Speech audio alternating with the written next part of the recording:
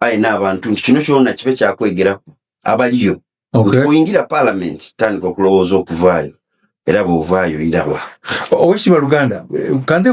kwiwe ku nsonga eyo oli musaadha lawyer okolaganye n'abantu naddala abawumwire mu parliament bwe bavaayo ne batandika okulaajana iwe kifaani kikyofuna era bannayuganda bo bakaki bwoyinza okuba nga ogenda okuba wakula nnyo tineeyo wiiki eweire ababaka aba parliament baali bali mu induction okubabangula banaabakalondebwa n'abakaire boona babatwalira walala mu induction kubanga buli bwire wabaawo ebyaka byamwega era baalina ennaku ddayibwe nga 7 namba wiiki nga buli lunaku luliku kyemuli kwega oba kubanga era nabaire kuno obwire n'agoberera ku program edaba eriri ejja mu maiso nga bagoba nti tegeka okuvaayo okwo ku lunaku lw'olayire lw'olayira lw'otandika oteekateeka amagye ago tuli kulira nga Abannayuganda ku cost ya public administration first of all parliament nene ino ekiswikirire gye tuyinza obuteetaaga nti n'ensako yoona oba obungi bwayo n'obuli kutwalayo abantu abangi era abandi amaloboozi gaviirayo mangi nga galiko bantu oba obwa MP bwe buba bwa million 3 abantu banaaba bajja bangi n'abeesimbawo nga abaliwo buti nga badisaze badiza ku million 3 ed'omwezi so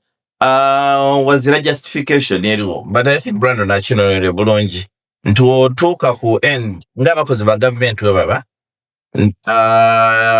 baba pension ni gratuity bagibala bakuwa omudidi nti oli mu bukaire 8 lubakusavingire eizo ojja lutwala mulundi mulala oje okole mu kyosobola ekinakubeesaawo oba okuba nti dibeeyo dizalenga nze munampanga just ku magoba buli mwezi oba wakoba nti kandigeme nditwale mu unit trust kubanga saawa eno eriyo ebintu bingi eriyo bondi eriyo unit trust so babaire balisomesa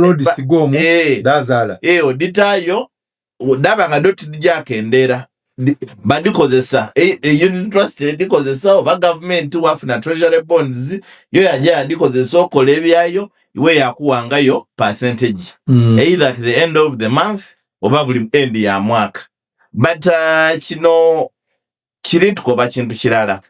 nti abantu bangi bayingira obwa member of parliament nga balijja akola mulimo nga bali gutwala nga mulimo ordinarily mumbeera ya buliddo obwa member of parliament wandibaire servant muweereza ayiwe teyo kiri tuzibula amaiso wabona abaviireyo era amaina agoyogeire babaire baweziza emyaka 10 nga bazirayo so buti eno gye bayira yo ne bokiikya aye kyona kyongera okwogera ku politics owaife kubanga politics owaife wa mumpe mbawe mumpe nkole ki mpankuwe weesanga nga abalonzi baife bona ba MP bafuuka government obuto eno bamala buli kizibu omwana aviire obukazi aviire mwenda aida akubira MP omwana ajja okwandula MP ole gobagobye mu bufumbo nga zya transport yamwizayoka MP ali autunga bajire kunwa akati buna tuli wano abawagizi bo bali wano bona basanufu aye oloze byokuna bibamala soko tubise mu kikurenti oyo yona bachi MP buli afirwa abe MP bafuka ba funeral service buli afirwa webuuza nti oyo MP alina sente imeka akola kyekijja okumala buli kizibu kya buli muntu ate otabikola bakoba nti oyo yatwerabira by the way era nzegera na Brandon nakoba ngala Brandon tuna oli eno oli kutunda erinda otunze constituents Kagoma buli wamu ojiwanike ayo loze ebya Nebalonze babiri.